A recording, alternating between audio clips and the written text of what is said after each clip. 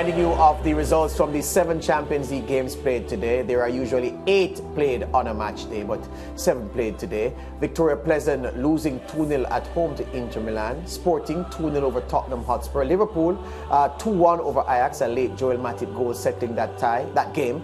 Bayern beating Barca 2-0, 2 second half goals. Club Brugge with the result of the day on the road, beating Porto 4-0. Eintracht Frankfurt also doing well on the road, sneaking by Marseille 1-0. They even had a goal disallowed in that game, Eintracht Frankfurt did.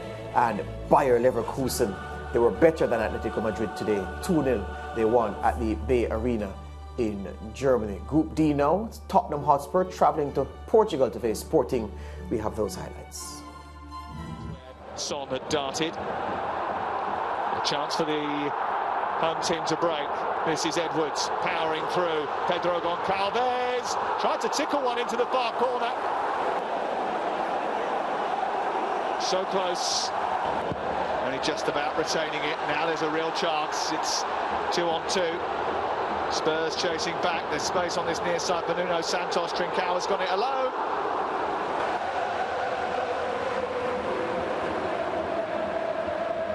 Until about 76 minutes last week to have their first shot on target. At least they've had 2 today. This is Richarlison, might be about to get another. He might have strayed past the goalkeeper, and offside flag has gone up to quell the celebrations for Richarlison. Has he timed his run well enough? The answer to that is no. This is Marcus Edwards shrugging aside Dyer, and then shrugging aside another challenge and feeding Trincao, getting it back. This will be an amazing goal, and it almost is. Well, just imagine if that had snuck in. Emerson Royale is in again here. Can he get it right this time? The answer is no again. This is Kulusevski. Second chance into Richarlison. Just wide.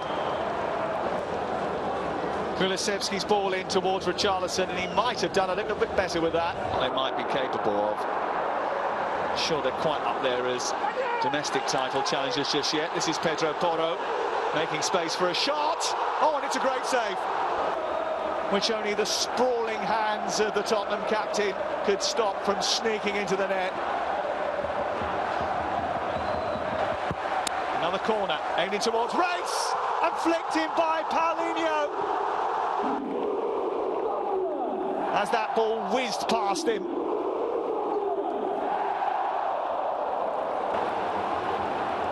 I don't think Tottenham can complain too much. They haven't taken the chances that have come their way, and they have looked vulnerable whenever they're attacked, and they're being attacked here, and they've been scored against here. Arthur Gomez has only been on the pitch a matter of mere seconds. Look at the way he picks up the ball on that far side, darts into the penalty area, goes through the legs of Royale, and comes up with a regal finish.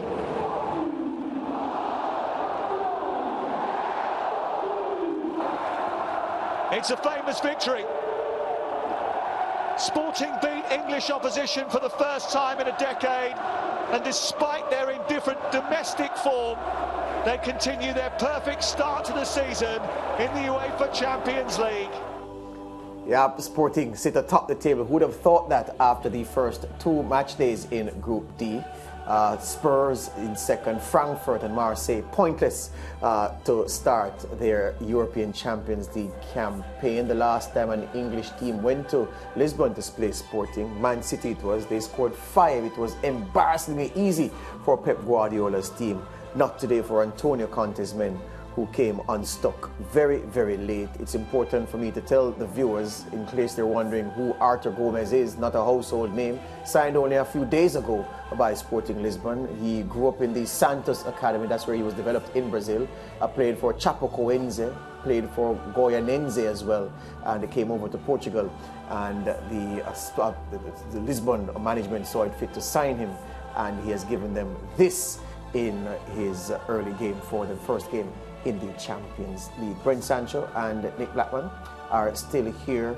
Brent, we were doing this game on commentary earlier on the preview show, And we thought that Harry Kane would have pinched it at the end for Spurs. But in the end, two devastating blows late by, let's be fair, Brent, the better team on the day. Yeah, and you're right. And to add to the fact, I think Spurs were the architect of their own demise. I thought it was a poor performance. But if we are to be honest with ourselves, they have not been great in the Premiership as well. They have gotten results. They've been very well organised and very disciplined in their approach. But I think it's in the attacking side of things today is where they got things wrong, particularly the combination of Richarlison, Son and Kane. That, of course, interchange of play and what you would expect of players of that caliber just did not show up. And I also felt that the tempo of the game that Spurs employed for this fixture was really, really poor. But at the end of the day, give Sporting credit. They were well-deserved winners at the end of it. Yeah, Nick, this game, the first half, Sporting was by far the better team. Bright, Marcus Edwards was busy and threatening. They carried a certain menace about them, and they got two deserved goals late. And you have to say, Nick, the right team won this one. Yes, I think Tottenham really came out of the blocks and they underestimated Sporting from the very beginning. I think they were very light and very bright.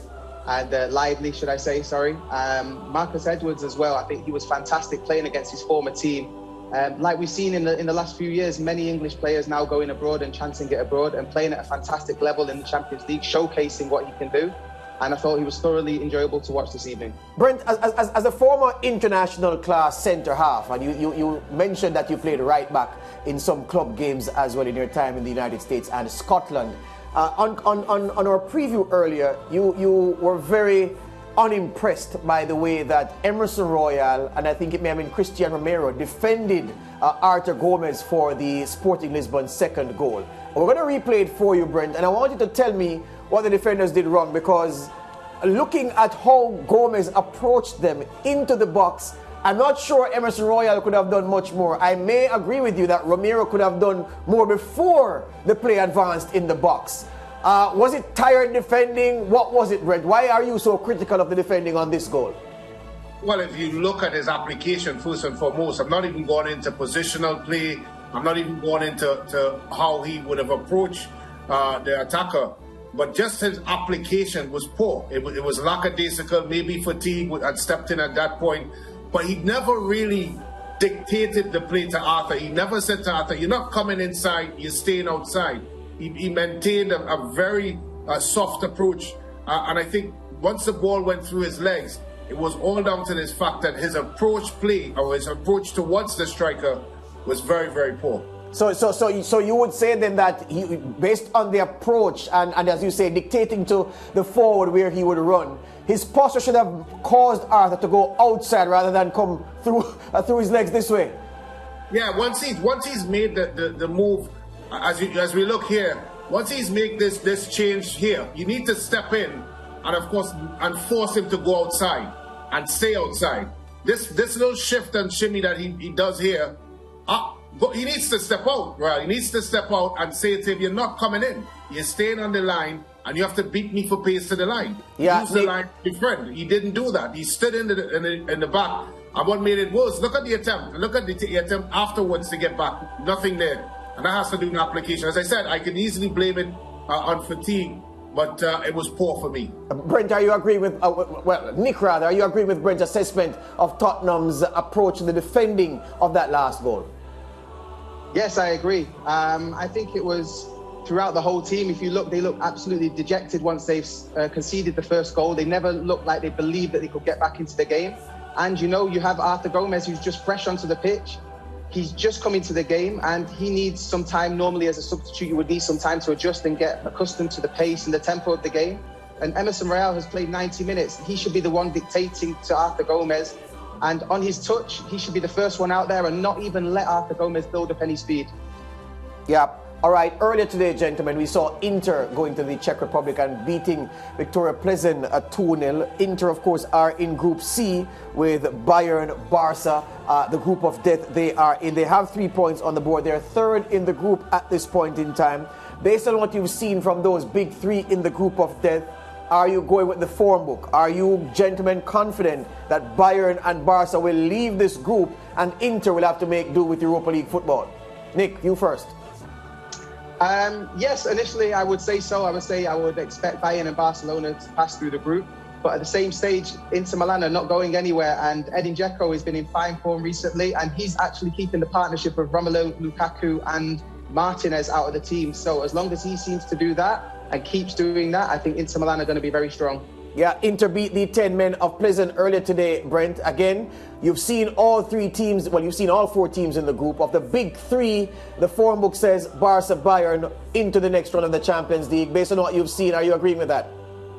I agree with Bayern going through. I'm still not sold on Barcelona, and I will tell you why. I think their away form is where they need to pick up, and that's been their Achilles heel. If they are able to go to the San Siro and beat Inter Milan, and that's what they would have to do to get through to the next round. And I'm not convinced they can do that. Not certainly sitting here. I still feel, yes, Bayern Munich. I would hope Barcelona. I may suggest that they go that way, but Inter Milan certainly is in that conversation. Yeah, Lance, we're just looking at this red card play here. Barella on the receiving end. Originally a yellow card, but the referee got some instructions from VAR, went and he had a look. Yes. And this was an awful tackle, Lance. Yeah. I felt this watching the game. Yeah, it was high. Yeah. It was high, just below the knee almost. Very, very reckless. Yeah. Well, this was the second goal. Dzeko breaking and crossing for Denzel Dumfries, the Dutchman, who's set to have a strong hand in the World Cup in Qatar, and he put home for 2-0. All right, gentlemen, that's all the time we have. Nick, I want to thank you for speaking with us. Brent, thanking you as usual. Welcome back, and looking forward to more good work involving all of you as we cover this season's UEFA Champions League competition right here on SportsMax, the home of champions.